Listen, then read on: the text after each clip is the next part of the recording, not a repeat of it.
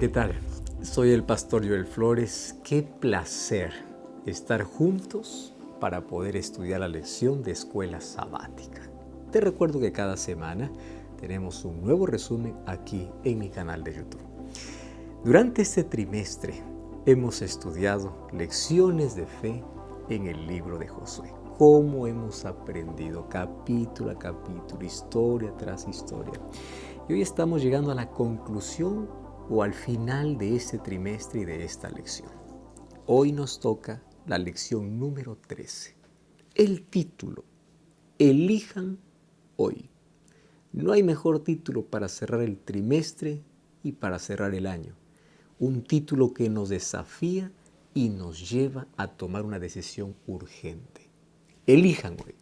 El versículo principal de la lección de esta semana se encuentra en Josué capítulo 24, el versículo 15. Dice el texto bíblico así: Y si mal os parece servir a Jehová, escogeos hoy a quién sirváis, si a los dioses a quienes sirvieron vuestros padres cuando estuvieron al otro lado del río, o a los dioses de los amorreos en cuya tierra habitáis. Pero yo y mi casa serviremos a Jehová. El propósito del estudio de esta semana es recordarnos que no tenemos nada que temer al futuro, a menos que olvidemos cómo Dios nos ha acompañado, cómo Él nos ha enseñado en nuestra historia pasada, porque recuerda, Dios es fiel. Pero esa fidelidad exige una respuesta. Al igual que Israel, hoy también debemos tomar una decisión: elegir a quién servir.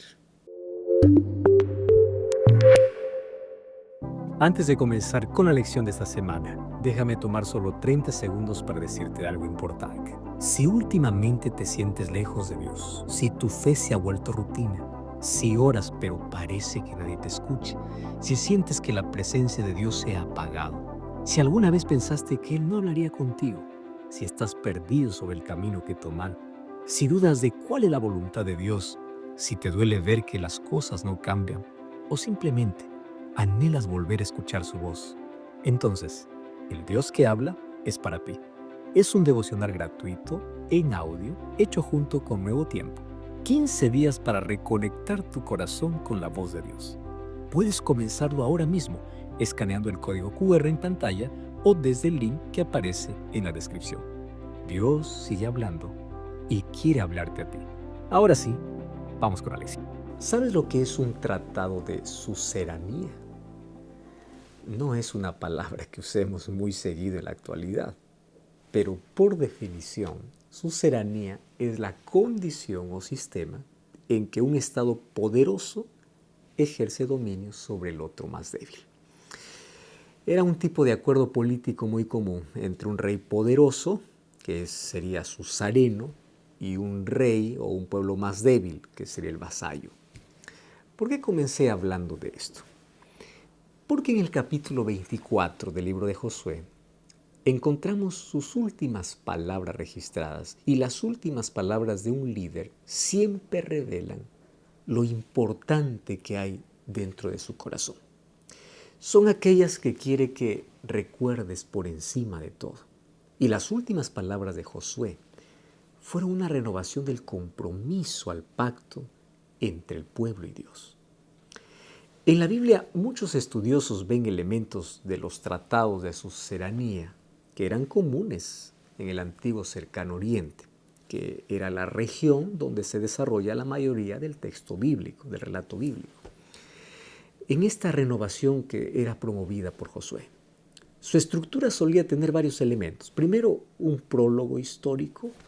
El suzerano recordaba lo que había hecho a favor del vasallo, ya sea protegerlo, victoria militar o provisión, etc. En segundo, las estipulaciones. El vasallo debía mostrar lealtad total. Por ejemplo, pagar tributos, no aliarse con otros reyes y obedecer las órdenes del suzerano, o sea, del rey poderoso. En tercer lugar, las bendiciones y las maldiciones. Se detallaban las recompensas por obedecer, que sería paz, protección, como también los castigos por desobedecer. en este caso guerra, destrucción o esclavitud. En cuarto lugar, los testigos. Se invocaban dentro de esas costumbres a los dioses como aquellos que garantizaban el cumplimiento del pacto. Y en quinto lugar, las cláusulas de conservación. El tratado debía ser leído regularmente para recordar todas esas condiciones. Cuando vemos el capítulo 24 de Josué, que estudiamos esta semana, el Susareno es Dios mismo. Él es el Dios soberano, que recuerda lo que hizo por su pueblo. Sacarlos de Egipto, darles victorias, entregarles la tierra que les prometió. Entonces, Él establece las condiciones de fidelidad al pacto. Anuncia las bendiciones de permanecer en Él, como también las consecuencias si es que el pueblo se aparta del pacto. Y llama al cielo y a la tierra como testigos. Y finalmente ordena que estas palabras sean guardadas y recordadas. La conclusión es clara. Josué sabía que lo único que podía sostener al pueblo después de su muerte era su fidelidad a Dios y su respuesta en obediencia. Por eso sus últimas palabras fueron un llamado solemne a renovar ese compromiso. No solo recordar, sino renovar ese compromiso. Y lo mismo debemos hacer nosotros hoy. Estamos por comenzar un nuevo año y hoy más que nunca es importante recordar la fidelidad de Dios en nuestra historia. Podemos renovar cada día nuestra entrega y decidir, como Josué lo hizo, en este nuevo año, decir, yo y mi casa serviremos a Jehová. El capítulo 24 de Josué comienza situándonos en Siquem. La mayoría pasaría por alto este dato y continuaría con la lectura, pero si es mencionada es porque es importante. Nada en la Biblia, alguna palabra que aparentemente no significa mucho, está colocado por casualidad. Todo tiene un mensaje. Ahora, ¿por qué es importante analizar el lugar? Primero porque en Génesis capítulo 12, versículos 6 y 7, dice que allí Abraham levantó un altar al Señor cuando recibió la promesa de la tierra. En segundo lugar, porque Génesis 35, 2 al 4, dice que fue en Siquem donde Jacob enterró los dioses extranjeros debajo de una encina, como símbolo de dejar atrás la idolatría. En tercer lugar, porque en Josué capítulo 8, verso 30 al 35, relata que en ese mismo lugar Josué había levantado un altar y renovado el pacto con el pueblo. Es decir, Siquem representaba un punto de encuentro entre la fidelidad de Dios y las decisiones del pueblo. No era un lugar cualquiera, sino era un recordatorio visible de la historia del pacto. Por eso es que al situar el discurso final de Josué allí, la Biblia nos muestra que este llamado no era solo un discurso más, sino una invitación solemne a recordar lo que Dios ya había hecho y a decidir a quién servir. Ahora, si tú lees el discurso de Josué, capítulo 24, versículo 2 hasta el verso 13, vas a notar que se subraya un aspecto clave. Dios habla al pueblo en un sentido corporativo, como una unidad. Él repasa la historia de Israel desde Abraham hasta la conquista. Y lo hace en plural, recordándoles cómo Dios eligió, libró, protegió y proveyó a ellos como nación. Aunque muchos de los que escuchaban no habían estado físicamente en Egipto ni en el desierto, Dios los incluye en esa misma historia. ¿Por qué? Porque pertenecen al mismo pueblo del pacto. Este sentido corporativo muestra que para Dios, aunque la salvación es individual, la relación con Él también es comunitaria. Israel debía entender que no podían verse como personas aisladas, sino como parte de un pueblo que había recibido promesas, responsabilidades y una misión en conjunto. Por eso, mira cómo describe el apóstol Pablo en el libro de Primera de Corintios, el capítulo 12, el versículo 27. El texto dice así: Vosotros pues sois el cuerpo de Cristo y miembros cada uno en particular. Y aquí aparece un contraste fuerte con nuestro mundo actual. Hoy vivimos en una cultura profundamente individualista, donde lo importante es mi verdad, mis decisiones, mi camino. Se nos enseña a pensar en términos de independencia total, como si no necesitáramos de nadie más. Pero la Biblia presenta la relación con Dios en una dirección opuesta. Nosotros somos llamados a vivirla en comunidad, como un cuerpo en el que todos nos necesitamos. Todos somos interdependientes, necesitados uno del otro, como un pueblo que avanza junto bajo el pacto de Dios. En un mundo donde se exalte el yo, el Evangelio nos recuerda que fuimos creados para el nosotros, no el yo. Ante esto la pregunta es, ¿cómo podemos recuperar ese sentido de responsabilidad corporativa? Eso solamente sucederá cuando cada miembro comprenda que su vida de fe no es solo un asunto privado, sino que impacta directamente a todo el cuerpo.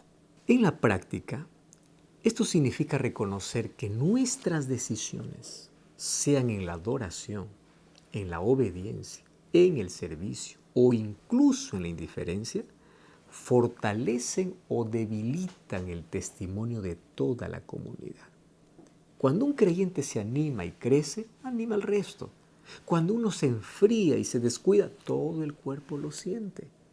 Así como en una familia, lo que hace uno afecta a todos, en la iglesia, cada acción, cada palabra y cada actitud dejan una huella en la vida colectiva. La iglesia entonces no es un lugar al que voy, sino una identidad a la cual pertenezco. Es el cuerpo de Cristo, al cual me uno y con el que camino, no por tradición o por costumbre, sino porque juntos hemos sido llamados a reflejar su carácter como remanente fiel en el tiempo del fin. Y es en esa relación de pacto con Dios donde se define nuestra unidad, nuestra misión y nuestra esperanza. Después de describir todo lo que Dios había hecho por su pueblo, Josué los lleva a una conclusión inevitable. Vamos a ver Josué capítulo 24, versículo 14. El texto dice así: Ahora pues, temed a Jehová y servidle con verdad, y quitad entre vosotros los dioses a los cuales sirvieron vuestros padres al otro lado del río y en Egipto, y servid a Jehová. En este texto, Josué plantea una secuencia. Primero, Dios es fiel. Segundo, esto nos lleva a temerlo. Tercero, ese temor nos lleva a servirlo. Y cuarto, ese servicio debe ser con integridad y en verdad o fidelidad. Analicemos aquí la secuencia que se usa en ese texto. El primer paso es recordar cada día la fidelidad de Dios. Josué recordó al pueblo que estaba en la tierra prometida no por sus fuerzas, sino porque Dios cumplió su palabra. De la misma manera, tú y yo necesitamos traer a la mente lo que Él ya hizo en nuestra vida. ¿Más cómo? A través del estudio de la Biblia, la oración, el servicio en la iglesia local y la testificación. Porque olvidar su fidelidad nos hace débiles ante las pruebas. Solo cuando recordamos cómo Dios ha sido fiel en el pasado, podemos confiar y obedecerle con seguridad en el presente.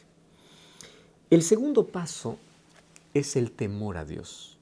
¿Significa esto que me comporto bien porque le tengo miedo a Dios? No. El temor a Dios es la debida reverencia, sumisión, admiración, obediencia, que la criatura le debe al Creador y que los redimidos le deben al Redentor. Es el debido respeto y la honra de Dios por quien Él es, dándonos cuenta de quiénes somos nosotros y quién es Él. es el reconocimiento de su grandeza, de su santidad, de su infinitud, en contraste de nuestra pequeñez, de nuestra pecaminosidad, de nuestra finitud. Es entender que si bien es nuestro Padre Celestial, también recordar que estamos delante del Rey del universo. Ahora, ese temor de Dios nos lleva al servicio por amor a aquel que ha sido fiel. Cuando entendemos que todo lo que somos y tenemos viene de su gracia, el servicio deja de ser una obligación pesada y se convierte en una respuesta de amor. Finalmente, al ser motivado por amor en respuesta a su fidelidad, ese servicio es realizado con integridad y fidelidad. Integridad significa algo completo, sin división, sin doblez. Es servir a Dios con un corazón entero, no a medias, no con reservas, completo. Ser íntegro es no mezclar la obediencia a Dios con idolatría o con intereses personales. Ser íntegro es vivir obedeciéndole en toda circunstancia, a pesar de todo sentimiento e independientemente del lugar. Y fidelidad o verdad está relacionado con firmeza, seguridad, autenticidad. No es solo cumplir externamente, sino hacerlo de manera genuina y confiable. Es servir a Dios con sinceridad, sin hipocresías, sin máscaras. Es permanecer constantes en todo tiempo de manera continua y no solamente a veces. Entonces, hoy te pregunto, ¿de qué forma Satanás está intentando impedir que recuerdes la fidelidad de Dios y que esto te lleve al temor y al servicio íntegro y fiel? Tal vez sea la preocupación por el dinero, el deseo de reconocimiento, la comodidad, las malas relaciones, la rutina espiritual o el entretenimiento vacío que ocupa tu tiempo. Incluso las buenas ocupaciones pueden distraerte si te alejan de la oración y de la palabra de Dios. Todo lo que enfríe tu constancia o divida tu corazón, aunque no parezca malo, te aparta de Dios. Por eso la pregunta clave es, ¿qué está robando hoy el lugar que solo le pertenece a Dios? Pues si ya lo identificaste, es hora de tomar decisiones. Elige hoy a quién servir. Ahora sí llegamos al versículo que es considerado el versículo principal de la semana. Josué capítulo 24, el verso 15. Allí dice, «Y si mal os parece servir a Jehová, escogeos hoy a quien sirváis. Si a los dioses a quienes sirvieron vuestros padres cuando estuvieron al otro lado del río, o a los dioses de los amorreos en cuya tierra habitáis. Pero yo y mi casa serviremos a Jehová». ¡Qué desafío! Escogeos hoy. El escogeos hoy de este versículo muestra que Dios nos da libre albedrío. ¿Qué significa eso? Que Él no obliga a nadie a servirle. Cada persona debe decidir si sigue al Dios verdadero o a otros caminos. Por eso es que en Josué, capítulo 24, versos 16 al 18, el pueblo responde afirmando que nunca dejaría a Jehová para servir a otros dioses, reconociendo que fue Él quien los sacó de Egipto. Fue Dios quien hizo grandes señales, los guardó en el camino, expulsó a sus enemigos. Con firmeza, el texto bíblico dice que declararon, también nosotros serviremos a Jehová, porque Él es nuestro Dios. Ante esta declaración, la respuesta de Josué en los versículos 19, en los versículos 20, resulta inesperada. En lugar de celebrar el entusiasmo del pueblo, les dice, no podréis servir a Jehová. La respuesta de Josué es seria y sorprendente. En lugar de conformarse con el entusiasmo del pueblo, les advierte que servir a Dios no es algo ligero.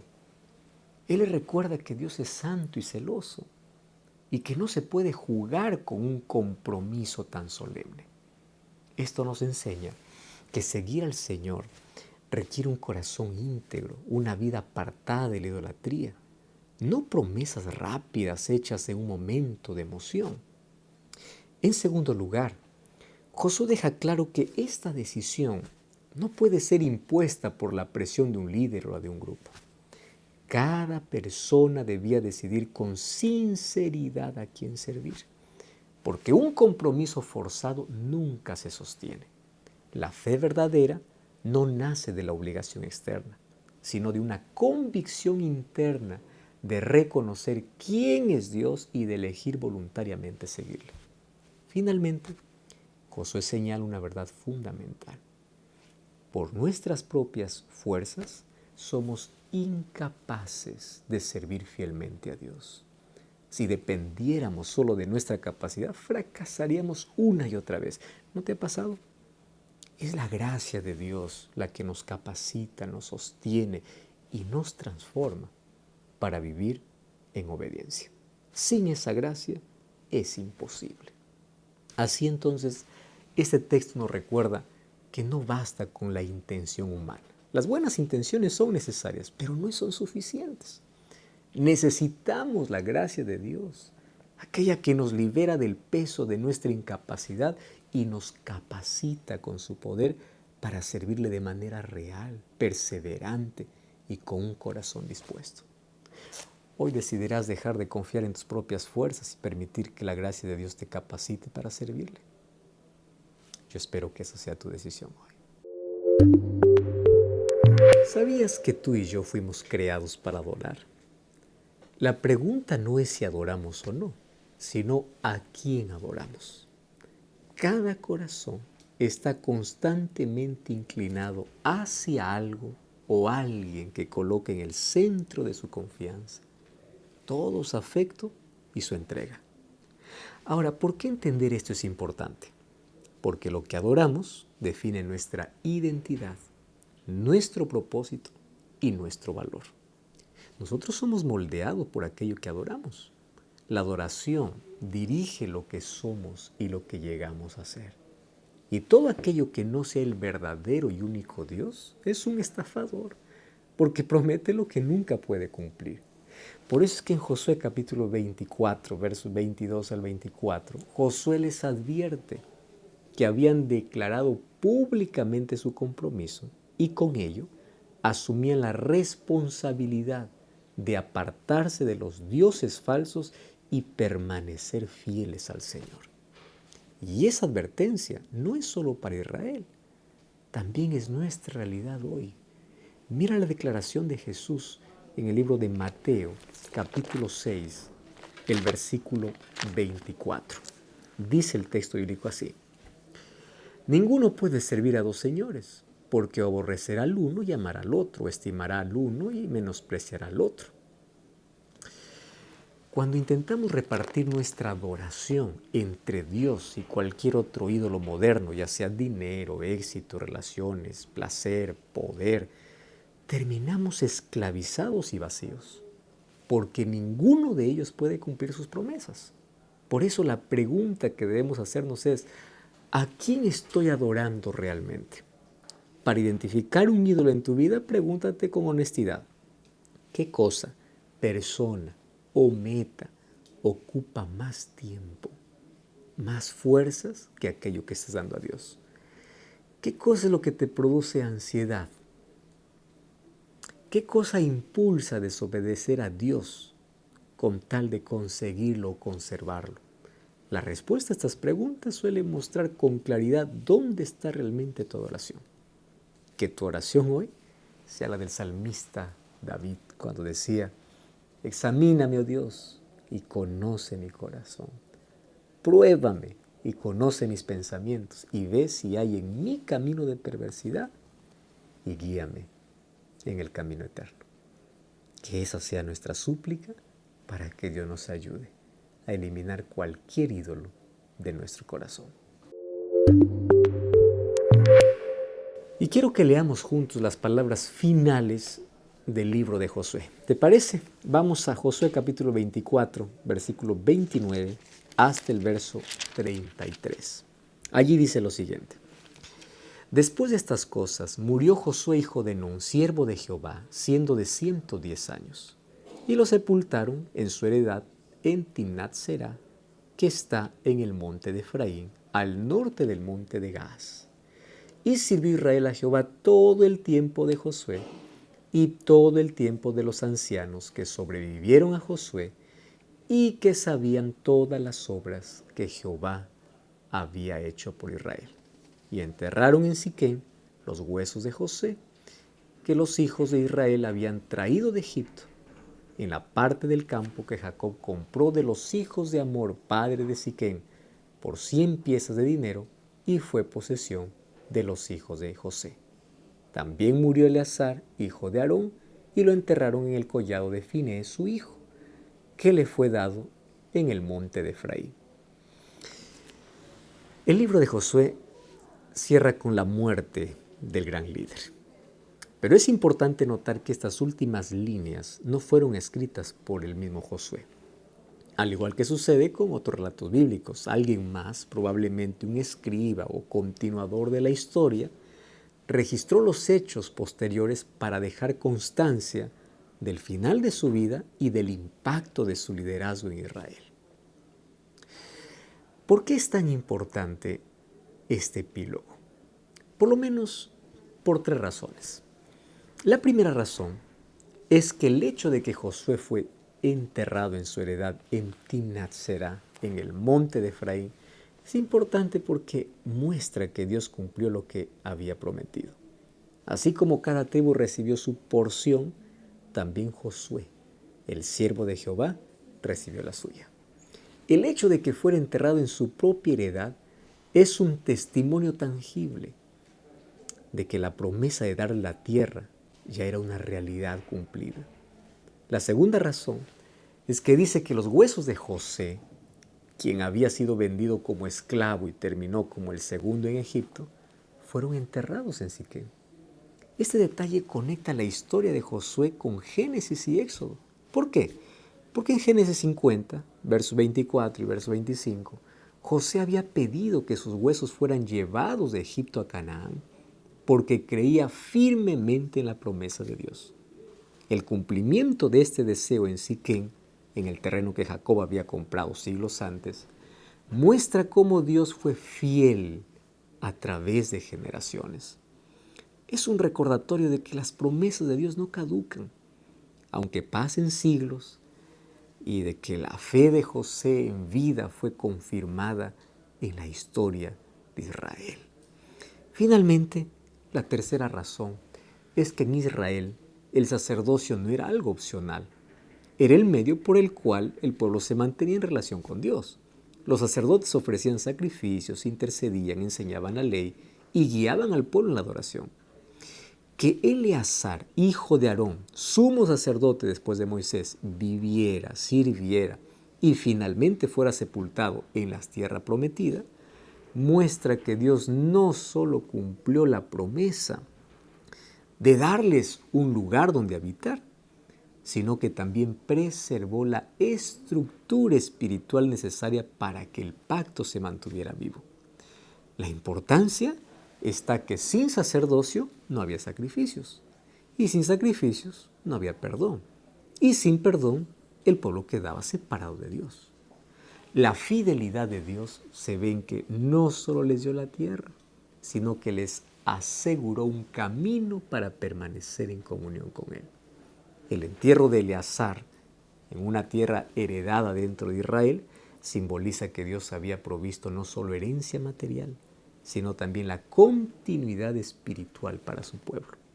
Entonces, después de ver cómo Dios cumplió cada una de sus promesas en el pasado, dando tierras, confirmando su palabra, preservando el sacerdocio, la pregunta que queda es, ¿tú decidirás confiar también en esa fidelidad y vivir en obediencia sabiendo que Dios sigue siendo el mismo hoy? Confía, Dios nunca falla a sus promesas.